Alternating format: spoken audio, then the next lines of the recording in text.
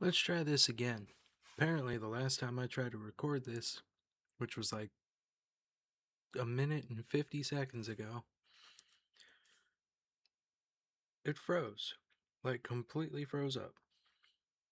It shouldn't have, but it did.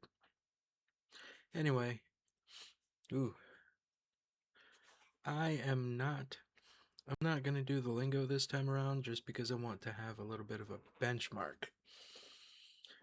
Between the people who prefer that I use the cyberpunk slang versus the people who don't. So, in the comments, go ahead and tell me whether or not you liked when I used the cyberpunk slang or if you didn't like it, and I'll make a judgment call from there. I'm still not really good at incorporating slang from a video game universe into the real world. So I'll work on it if it is, you know, if you guys like it enough. Also, apparently, like my namesake, I went ahead and rotted my brain enough to not make a backup of any of my scripts anywhere else.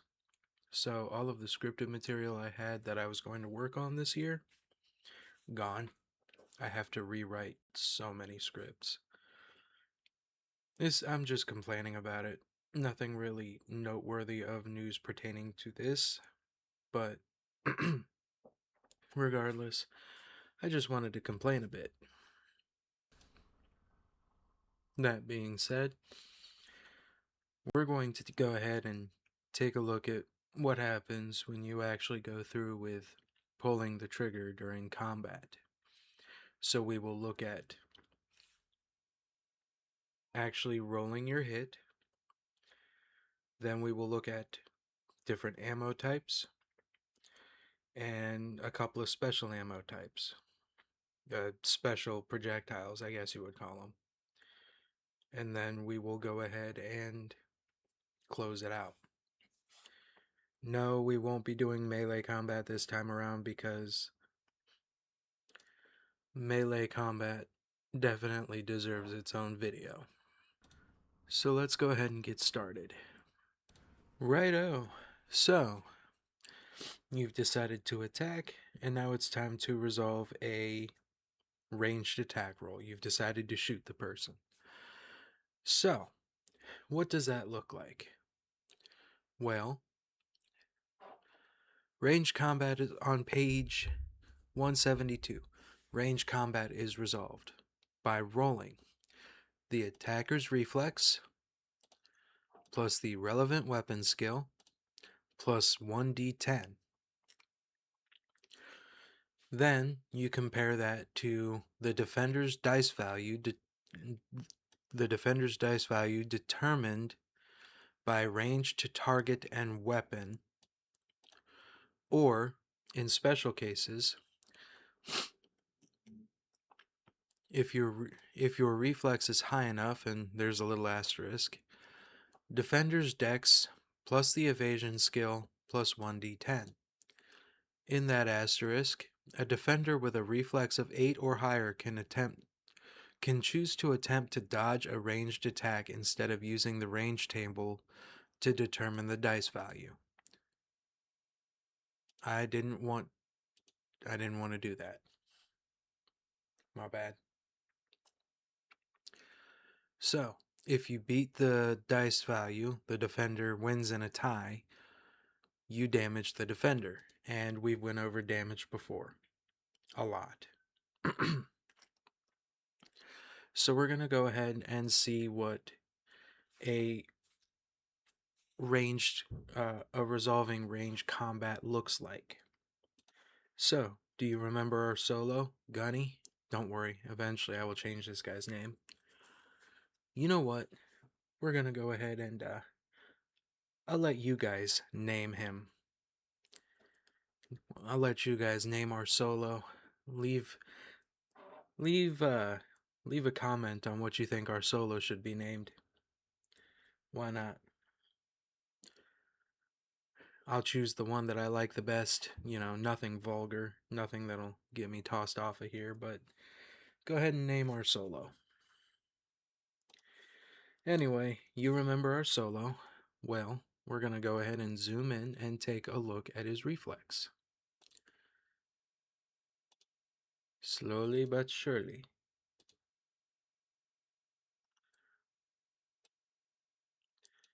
His reflex is an 8, which technically means if he was being fired upon, he'd be able to do this second part of things here.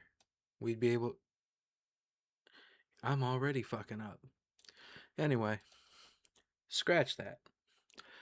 Let's just roll the dice. So, it is attacker's reflex plus the relevant weapon skill plus 1d10. Well, his reflex is an 8, and we're going to use shoulder arms, which is a grand total of 14. So we're already sitting at 22.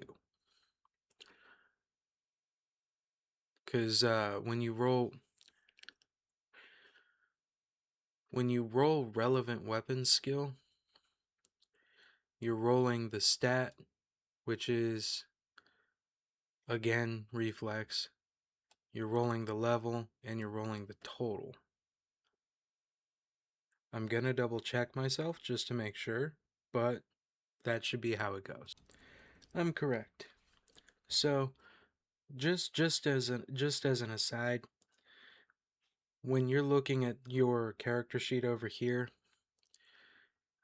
your stat plus the level is going to make your skill base. So in this case, 8 and 6 is 14. Our skill base is 14.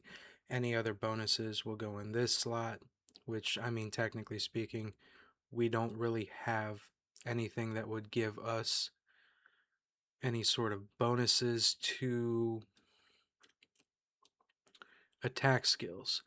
Now, we do have a Sandevistan that we can activate for an action during combat to raise our initiative, which I didn't really go over the last time we played, but that is a possibility. And something like that, something like Sandevistan is where the GM would actually have to keep the numbered rolls in on logs so that they can, they can add that +3 to initiative should the player decide to use it in the middle of combat. Anyway, this is not a combat, or this is a combat, but this is not that kind of video. So we're going to go back to the actual shooting and damage. At any rate, we roll our reflex, we add it to 14 for a total of 22, and then if you look at the center here, we roll our d10 and we get a 4, so 26. Keep that number in mind. Matter of fact, I'll write it right here. We'll just go ahead and we'll keep any rolls in the excess space of the skill section of our character sheet. So we have a 26. If we come down to this chart here, we are using an assault rifle. If you are not using a gridded battle map, the GM will tell you before combat even starts how far away that you are from the target in meters or yards. While yes, I am American, in the in the uh, in the job that I have, in the kind of job that I have, I spend a lot of time looking at the metric system, and it's actually become a whole lot easier for me to look at things in the metric system than it would be for me to use yards. So from this point forward, I'll be using meters. I'll be referring to everything in meters. It's kind of weird. Now, let's say that we're just going to go ahead and say that we are 13 to 25 yards away. Actually, yeah, we are. No, we're going to go ahead and just say we are 26 to 50 yards away. If you if you look your way here, you need a 13 to beat that you need to beat a 13 to be able to do your damage. I think we beat it and then some, which means we would move on to roll our damage, and in that case it would be a 5d6. So we're gonna go ahead and 5, and that would give us 20. Again, I've been through this, but we subtract 11 from that 20, that gives us 9. And because we dealt damage over the armor's threshold, it reduces by 1. That is again called damage ablation. To get your armor fixed, you'd have to visit a tech. That's basically, that's basic combat in a nutshell. You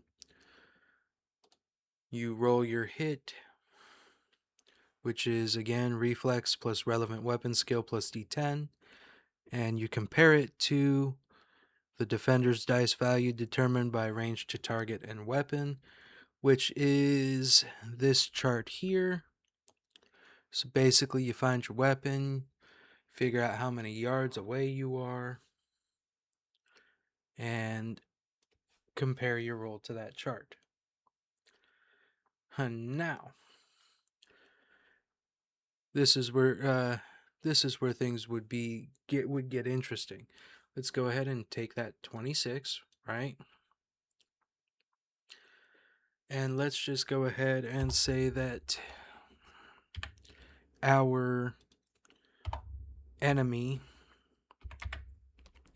has an 8 in dexterity.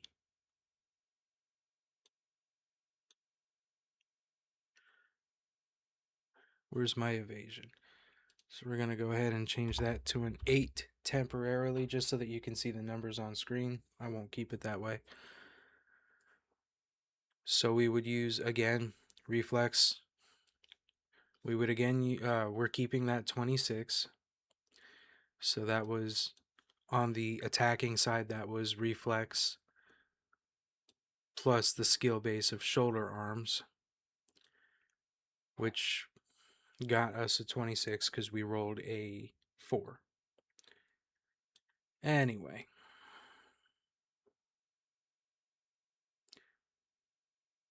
well, hold on. You'll tend to get yourself turned around quite a lot running numbers in Cyberpunk. I know I do.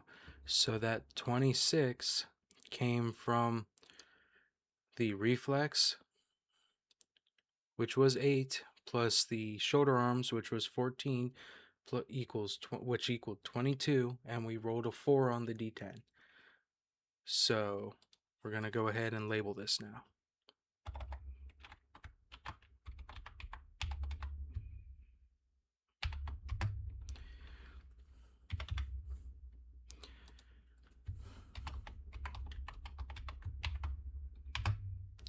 And we're going to roll the defender.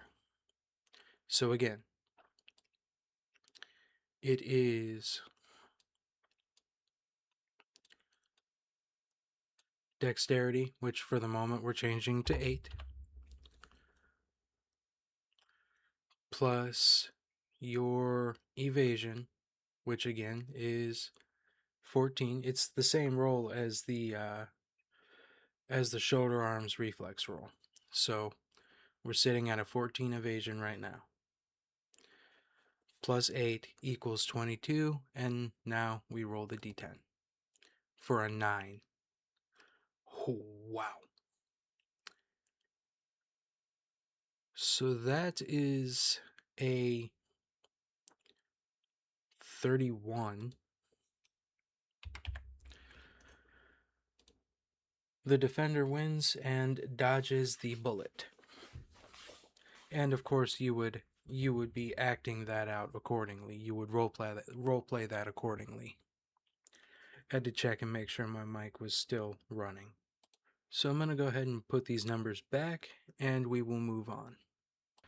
Alright, so also in this chapter is something that we had already covered previous, which was auto fire. We won't cover that here. We'll touch on it briefly when we get to the suppressive fire section, but we're going to cover different kinds of ammo and explosives. Arrows. Bows and bows fire arrows. No kidding. Because loading an arrow is part of attacking with a bow or crossbow, you never need to reload a bow or crossbow using the reload action. Additionally, basic arrows can always be retrieved after they are fired, making buying basic ammunition for these weapons almost a one-time investment. The only time it's not applicable for you to be able to retrieve an arrow, I'm speaking strictly as like a GM, is when the person who has been stuck with a bolt decides that they are going to snap the bolt or arrow in half while it is still penetrating them. Suppressive fire. So suppressive fire, before I even start, kind of functions like auto fire. You're just not mag dumping into a singular enemy. When you use suppressive fire, it costs an action and 10 bullets. If you don't have 10 bullets remaining in your clip, you can't use suppressive fire. Everyone on foot within 25 meters out of cover and in your line of sight must roll will plus concentration plus 1d10 against your reflex plus auto fire skill plus 1d10. Anyone that fails must use their next move action to get into cover. If that move action would be insufficient to get into cover, they must also use the run action to get into cover or as close to cover as possible. So, what does that look like? Well, Gunny's gonna show us. So his will is a 6. But he's gonna be the one doing the shooting. But we're still gonna use his number. He has the auto fire skill. He is a solo. His auto fire is a 14. His reflex again is an 8. So 14 and 8 makes 22, and now we roll a d10. And we got a critical failure. In this case, everybody would just laugh him off and start shooting at him. We're going to roll again. We got a 6. So we're just going to go ahead and attacker's roll is 28.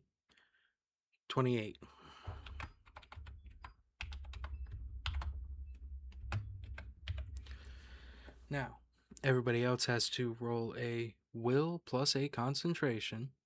So 6 and 8, which is 14.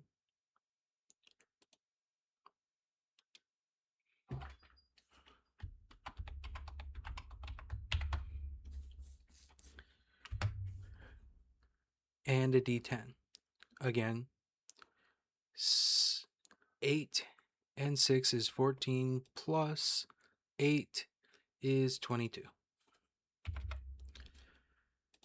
At this point, everybody would have to take off for cover. This is good for, making sure that this is a crowd control mechanic. Let's say that your net runner is jacked in, they're trying to steal some data, and you've got fire coming at you from everywhere in front of you. Everywhere in front of the access point is just getting lit up. You would use suppressive fire to make sure everybody has to run for cover to buy your netrunner some extra time and allow that for them to avoid damage. At least a little bit. Shotgun shells.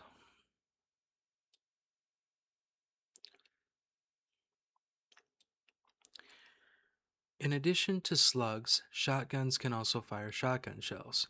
You can't make an aimed shot with a shotgun shell. When you fire a shotgun shell, you make one ranged attack, which we've went over, versus a DV-13. If successful, every target in front of you within 6 meters, or 3 squares as you can see down here, takes 3d6 damage to hit. You roll damage once for all targets. And again, the defender's armor will reduce the damage you do, as detailed later in the section, as we've already went over before, once in this video and several times in the last one. And here's a little bit of a visual. So that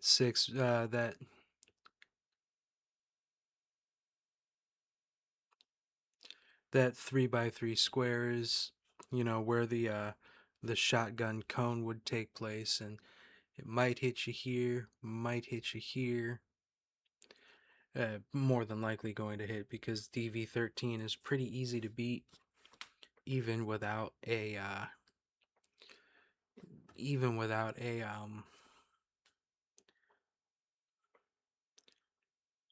hold on.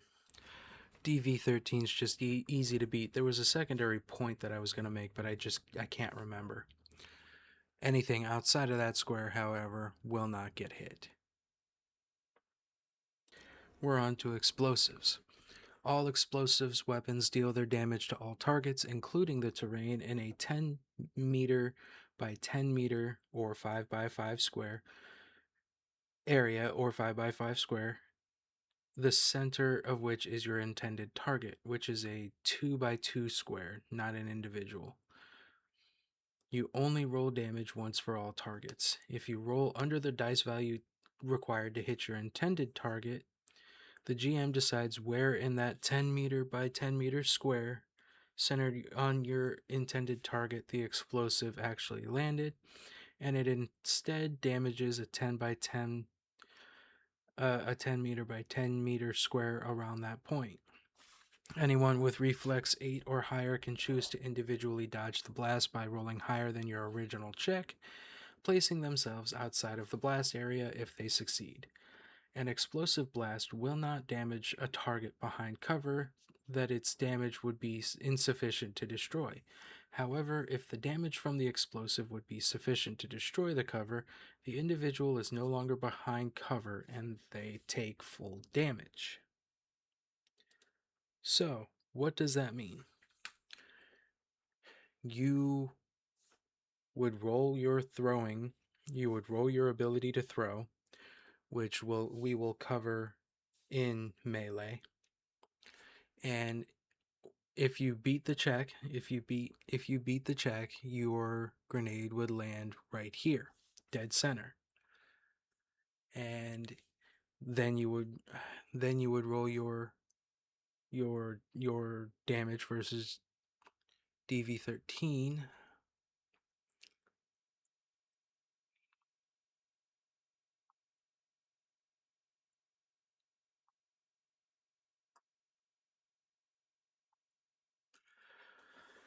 Then you would roll out your damage. It would hit him, him, and him, because they are within this 5 by 5 square, or 10 by 10 meter by 10 meter square. But it won't hit him, and it won't hit you if you're, lucky. However, if you botch the the roll for the throw, it could hit. The grenade could land and detonate anywhere within this 5 by 5 or 10 meter by 10 meter square. Which means if it lands right here, you're getting caught in your own grenade blast. Alrighty, so the next section past this point is melee, and we're going to go ahead and do that in another video, because I have to brush up. I mean, really brush up. Melee combat is something that my particular cyberpunk group has only done once this entire campaign, and that's because I never really learned it from the get-go. I mean, I did, but I didn't. I gave myself, the basics of melee combat. So I'm gonna have to brush up and read up on it and really try to internalize it and come up with an explanation for you guys before we can even move on. I'm sorry that I had to do so much double checking when it came to this video, but as again, as things go, as you play Cyberpunk and you'll come to realize yourself, you will end up getting tied up a lot with the numbers. I've done circles with numbers with my current group or with my Cyberpunk group. I've done entire circles and debates with numbers just because sometimes it's a little much. So, thank you all so much for watching. If you enjoyed this video, I'd very much appreciate it if you've used YouTube. If you like it or, comment on the things that I had asked about earlier on in the video, that'd be very helpful. And, if you're feeling spry enough, if you're feeling like I earned it, go ahead and, hit hit that subscribe button for me. I'd appreciate it. It goes a whole lot. It goes a long way. It goes a long way. For now, I think I'm gonna go ahead and play Final Fantasy VII Rebirth, and I'm gonna go ahead and sit here and plan out what scripts I want to do next. What scripts I want to redo, and maybe something new. I need to start working on scripted content again. I love you all, and I will see you next time.